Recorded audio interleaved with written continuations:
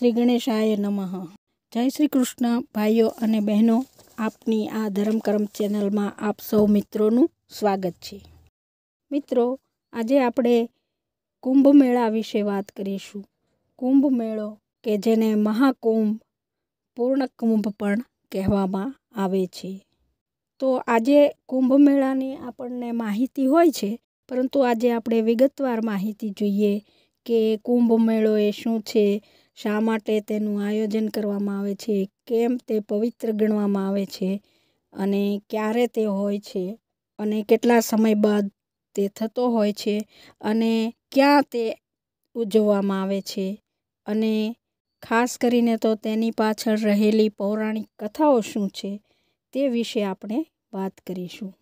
મિત્રો, કુંભ મેળો, મહાકુંભ કે પૂર્ણ કુંભ દર 12 વર્ષે ઉજવવામાં આવે છે અને દર 6 વર્ષે અર્ધકુંભનું પણ આયોજન કરવામાં આવે છે। આ મહાકુંભ મેળો છે તેનું વર્ણન પૌરાણિક ગ્રંથોમાં પણ જોવા મળે છે। દર 12 વર્ષે થતો આ કુંભ મેળો આ વર્ષે 2025ની સાલમાં 12 વર્ષ થાય છે, તેથી ઉજવવામાં આવે છે। શાસ્ત્રોમાં બતાવવામાં આવ્યું છે કે પૃથ્વી પરનું એક વર્ષ એ દેવતાઓનો એક દિવસ થાય છે। આટલા માટે દર 12 વર્ષે આ મહાકુંભ મેળાનું આયોજન થાય છે અને તેનું અનેરું મહત્ત્વ છે। મહાકુંભ છે તે 13 જાન્યુઆરી 2025 અને પોષ મહિનાની પૂર્ણિમાથી શરૂ થશે અને તે લગાતાર 45 દિવસ સુધી ચાલશે અને તારીખ 26/2/2025ના રોજ તેનું સમાપન કરવામાં આવશે। એવું પણ માનવામાં આવે છે કે આ વર્ષે આ સાલમાં થતા આ મહાકુંભ મેળામાં લગભગ 40 કરોડ લોકો તેનો લાભ લેવાના છે। એટલે કે 40 કરોડ લોકો ત્યાં દર્શન કરવા અને સ્નાન કરવા જવાના છે।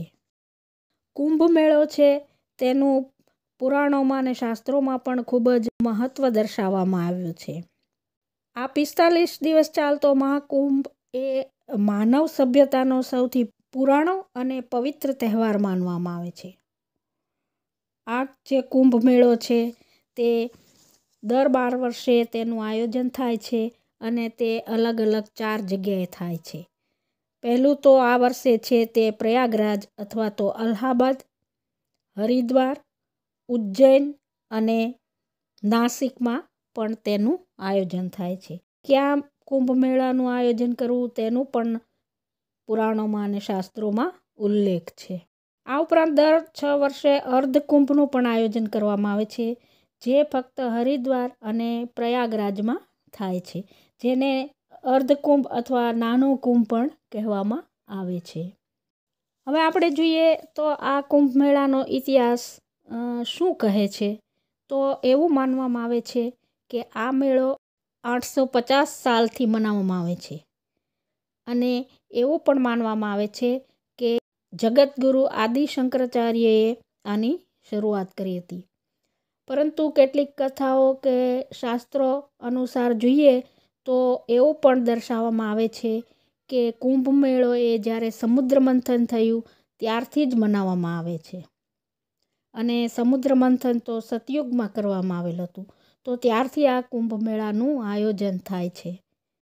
આ કુંભ મેળાનું મહત્ત્વ સાધુ સંતો અને મહંતોને ખૂબ જ હોય છે, પણ જનસામાન્ય માટે પણ ખૂબ જ આદરણીય હોય છે અને આ કુંભમાં જે એ પવિત્ર નદી હોય છે તેમાં સ્નાન કરવાનું અનેરું મહત્ત્વ હોય છે।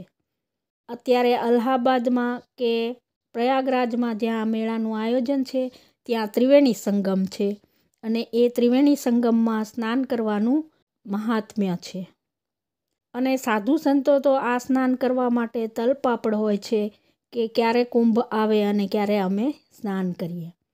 સાધુ સંતો મહંતો, અલગ અલગ અખાડાના બધા ગાદીપતિઓ મહંતો એ સૌ પ્રથમ એ શાહી સ્નાન કરતા હોય છે।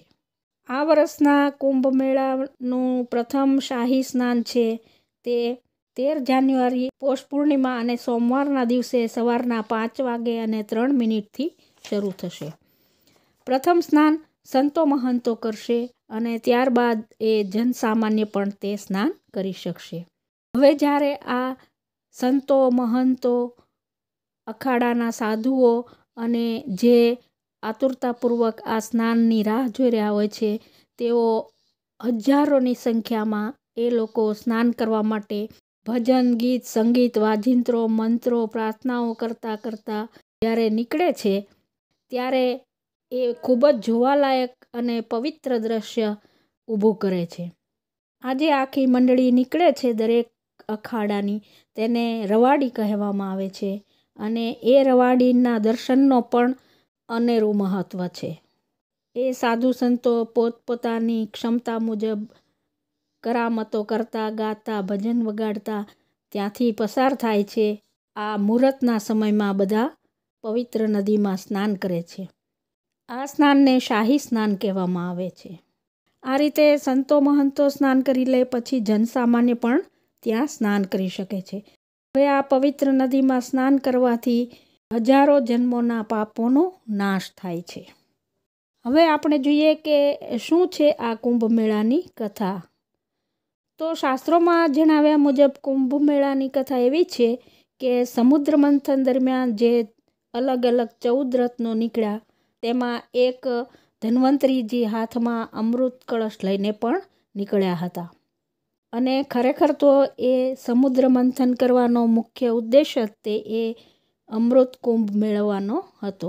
અને એકલા દેવતાઓ કે એકલા દૈત્યોથી એ કાર્ય શક્ય ન હતું. તેથી દેવો અને દૈત્યો દ્વારા સાથે મળીને એ ભગીરથ અને દુષ્કર કાર્ય કરવામાં આવ્યું હતું. સમુદ્ર મંથન કરતાં કરતાં અલગ અલગ રત્નો નીકળતા ભગવાન ધન્વંતરી હાથમાં એ અમૃત કળશ લઈને પણ એમાંથી નીકળ્યા. અને આ સમુદ્ર મંથનનો હેતુ જ એ અમૃત મેળવવાનો હતો. તો આ અમૃત મેળવવા માટે દેવતાઓ અને દૈત્યો બધા જ ખૂબ જ ઉત્સુક હતા. દરેકને પોતાને અમૃતપાન કરવું હતું. કેમ કે આપણે જાણીએ છીએ કે જે લોકો અમૃતપાન કરે તે અમર થઈ જાય છે. તો અમર થવાનું તો કોને ન ગમે.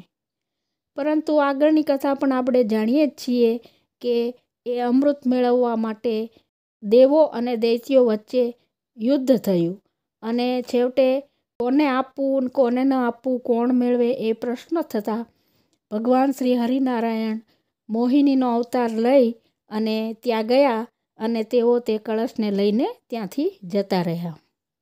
હવે એ કળશ લઈને જતા રહ્યા ત્યારે એ કળશમાંથી કેટલાક ટીપા, કેટલીક બૂંદ એ આ પ્રયાગરાજ, હરિદ્વાર, ઉજ્જૈન અને નાસિકમાં પડ્યા હતા.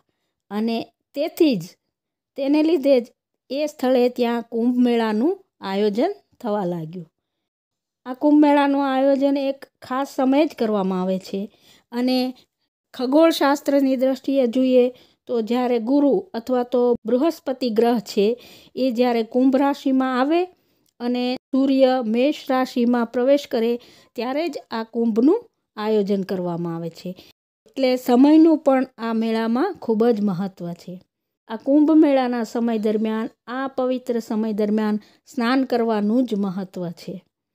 કુંભમાં સ્નાનનો જે મહિમા છે તે એ છે કે કુંભમાં સ્નાન કરવાથી જન્મ જન્માંતરના પાપોનો નાશ થાય છે. એટલા માટે જ આપણે આગળ જોયું તેમ 40 કરોડ લોકો આ વર્ષે એ કુંભનું શાહી સ્નાન અને ત્યાર પછીનું સ્નાન કરવા પધારવાના છે. તો મિત્રો, આ વાત થઈ કુંભ મેળાની. કુંભ મેળા વિશે આપણે જાણતા હોઈએ છીએ, પણ આ વિગતવાર વાત આપણે કરી. તો આશા રાખું છું કે આપને આ વાત ગમી હશે.